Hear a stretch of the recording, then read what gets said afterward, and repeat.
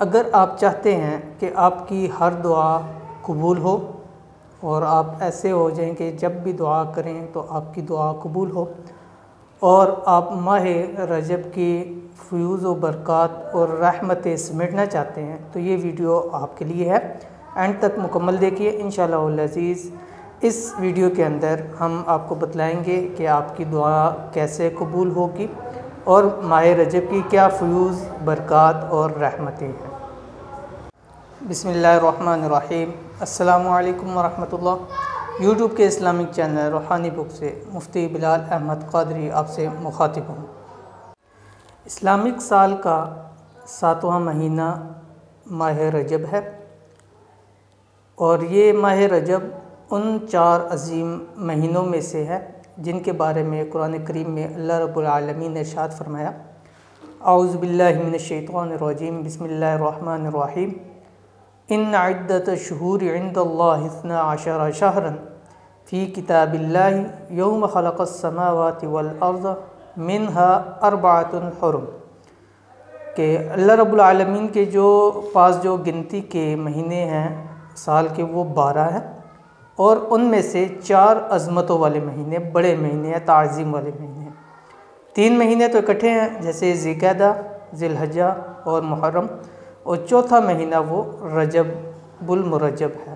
ठीक है, रजबुल मुरज्जब, रजब के माने ताज़ीम के हैं, ये तरजीब से निकला है, और इसके साथ मुरज्जब का भी लफ्ज़ किया यानी ताज़ीम किए हुए, इसलिए रजब की निस्बत उसकी तरफ की जाती है तो इसको कहा जाता है रजबुल मुरज्जब।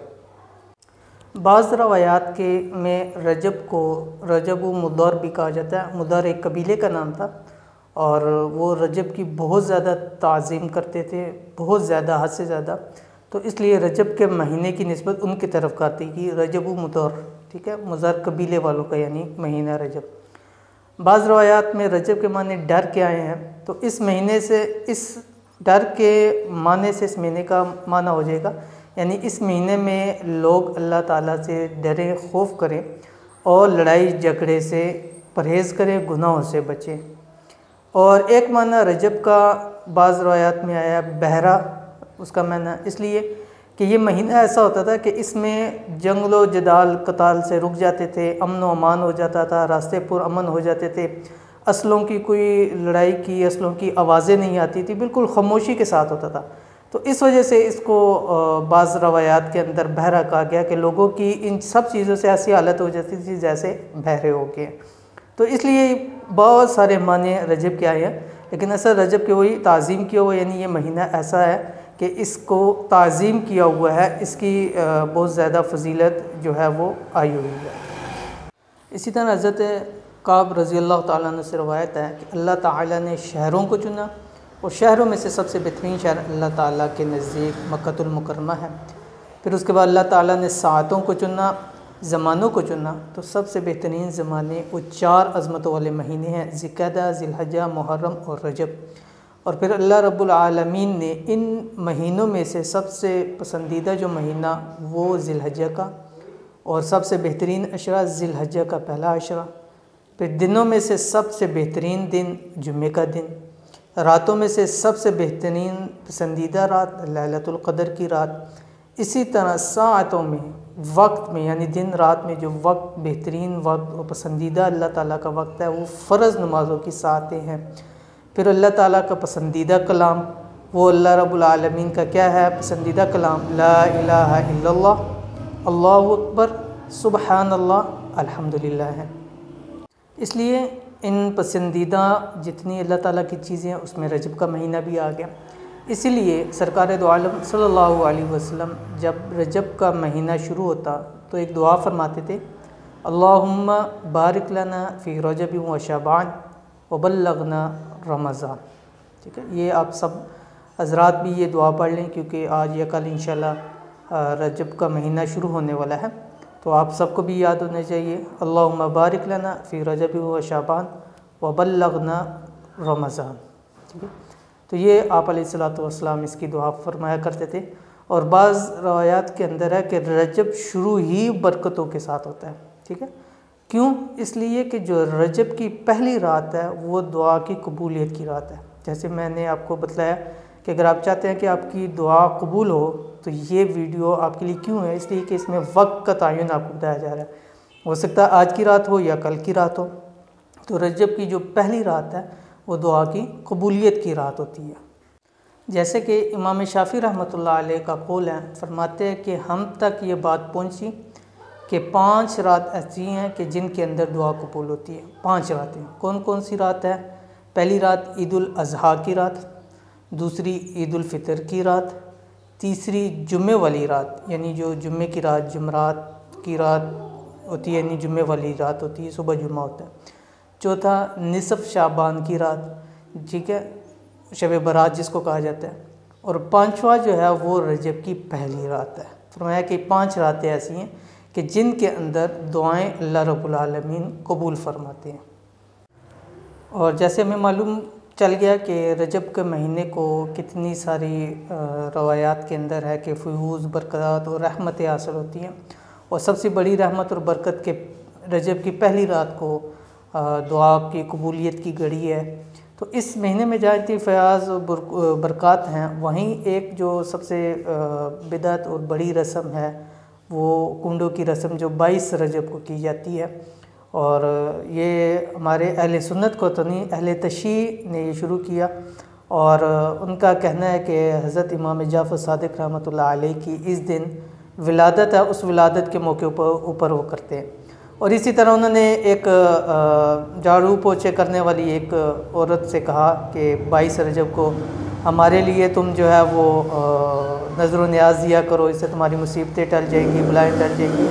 तो ऐसी कोई रवायत मौजूद नहीं है, और बहुत सारे अहले इल्म और तहकीक लोगों ने की और बताया कि इस दिन इमाम जाफ़र सादिक़ रहमतुल्लाह अलैह की पैदाइश का ये दिन ही नहीं है जो 22 रजब रजब है।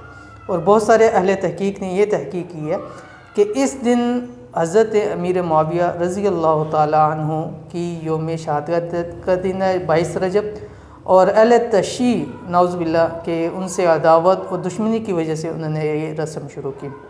जब तक अहले सुन्नत का गलबा रहा तो वो छुप कर इस अमल को करते, और ताकि किसी को मालूम ना पड़ जाए, और अपने दोस्तों को बुला के, घर वालों को, फैमिलीज़ को बुला के कहानियाँ गढ़ गढ़ के सुना के और ये करते। और बाद में जब इनका गलबा हुआ और इन्होंने अलग ऐलान ये चीज़ें शुरू कर दी, तो इससे अहले सुन्नत को ख़ास तौर पर बचना चाहिए। बिदअत है, रसूमात है, अहले तशय्यी की अहले सुन्नत का इससे कोई ताल्लुक़ नहीं है। तो इसलिए इन चीज़ों से ख़ुद भी बचना चाहिए, अपने अहल व अयाल को भी बचना चाहिए, और जानने वाले जो लोग ये कर रहे हैं उससे भी बचना चाहिए, ताकि इस चीज़ से हम सब महफूज रह सकें। और इसी महीने रजब के महीने की एक और फजीलत बयान की जाती है, जैसे कि बाज़ रवायत के अंदर 27 रजब को शब मेराज का जो वाक़या पेश आया, आप अलैहिस्सलातु वस्सलाम को ज़मीन से आसमान पर लेके गए और सातों आसमान की अल्लाह से मुलाकात हुई। तो बाज़ एक रवायत ये भी है कि 27 रजब की है, और बाज़ मुहक्किकीन की और भी राय है, लेकिन मैं राय में नहीं जाना चाहता इख्तिलाफ़ में। हमारा मकसद यहाँ फ़ज़ाइल के हवाले से है, ठीक है। तो 27 रजब को वाक़या मेराज के साथ इसको जोड़ा जाता है। और दूसरा फिर बाज़ लोगों का है कि मेराज का वाक़या हुआ तो उसमें ज़कात भी फ़र्ज़ हुई थी, तो इस महीने को, रजब के महीने को बाज़ लोग ज़काती महीना कहा जाता है, यानी इसमें ज़कात फ़र्ज़ हुई थी। अब कई लोगों को देखा है कि वो इस महीने के अंदर ख़ास तौर पर ज़कात अदा करते हैं कि ज़कात फ़र्ज़ हुई है, तो ये भी एक गलत काम है। उसकी वजह यह है कि लाजमी नहीं है कि इस महीने से, बल्कि आपके माल के ऊपर जब भी साल पूरा होगा ज़कात फ़र्ज़ हो जाएगी, चाहे वो रजब का महीना हो, शाबान हो, रमज़ान हो, कोई भी महीना हो। अब होता क्या है, अब हो सकता है कि आपके माल पर एक महीना पहले जो जमात-उस-सानी उसमें साल पूरा हो गया हो, आप रजब के एतबार से दे रहे हैं, माल कम या ज़्यादा हो रहा है, आप ज़कात दे रहे हैं। अब आपके ज़िम्मे जो कर्ज़ रह गया है, जो ज़कात रह गई है, वो आपके ज़िम्मे पड़ जाएगी। और अगर खुदा न खास्ता किसी की मौत हो जाती है तो ज़ाहिर है उसके ज़िम्मे ज़कात फ़र्ज़ हुई थी, उसने ज़कात अदा नहीं की। तो इसलिए ये कहना कि इसी महीने में ज़कात फ़र्ज़ है, ये गलत बात है। हाँ, ज़कात फ़र्ज़ होने पे जो जैसे मैंने आपको बताया कि इख्तिलाफ़ात है इस महीने के वाले से, लेकिन मैं सिर्फ फ़ज़ाइल की तरफ जा रहा हूँ। तो इसलिए बहुत सारे लोग इस महीने में ख़ुसूसी तौर पे ज़कात अदा करते हैं कि ज़कात का महीना आ गया, इसमें जो ज़कात है वो अदा कर दी जाए।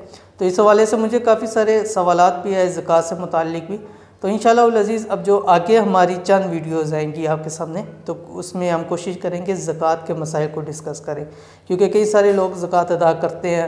ज़कात कैसे फ़र्ज़ होगी, किस वक्त फ़र्ज़ होती है, किस माल के ऊपर फ़र्ज़ होती है, माल के फ़र्ज़ होने की ज़कात की शराइत क्या है और कितनी ज़कात निकालनी चाहिए, किन को ज़कात देनी चाहिए, किन को ज़कात नहीं देनी चाहिए। तो इससे मुतालिक जितने सवाल होंगे इंशाल्लाह आगे हम वीडियो में इंशाल्लाह उसको ज़िक्र करेंगे। तो आपका भी कोई ज़कात से मुतालिक मसला है, कोई मसाइल है और आप भी ज़कात के बारे में कोई जानना चाहते हैं तो वीडियो के नीचे कमेंट कर दें। इंशाल्लाह अज़ीज़ कोशिश करेंगे जो सवालात आए उनकी हम वीडियो बना दें ताकि हमारे और भी वर्दी इससे फ़ायदा उठा सकें। तो आगे इंशाल्लाह वज़ाइफ़ का सिलसिला हमारा चलता रहेगा बाकी भी, लेकिन कोशिश करेंगे कि इस महीने के अंदर हम ज़्यादा से ज़्यादा ज़कात के मसाइल को डिस्कस करें और जो सवालात आएंगे इंशाल्लाह उसके ऊपर हम नेक्स्ट वीडियोज़ बना के करेंगे ताकि पता चल जाए कि ज़कात कैसे अदा करनी है, किसको देनी है, किस वक्त ज़कात फ़र्ज़ हुई है, कितना ज़कात देनी है, किसको दे सकते हैं, किसको नहीं दे सकते। तो इंशाल्लाह अगली वीडियोज़ में आप उसको देख सकेंगे। तो ये थी आज की वीडियो, उम्मीद करते हैं आपको पसंद आई होगी। पसंद आई तो लाइक कर दें, शेयर कर दें, कमेंट्स करें। तो इंशाल्लाह मिलते हैं आगे नेक्स्ट वीडियो में, तब तक के लिए इजाज़त दीजिए। अल्लाह हाफिज़। Thanks for watching. Don't forget to like, subscribe and share. मज़ीद वीडियो देखने के लिए हमारा चैनल सब्सक्राइब करें, घंटी का बटन दबाएं और नई वीडियो से बाखबर रहें।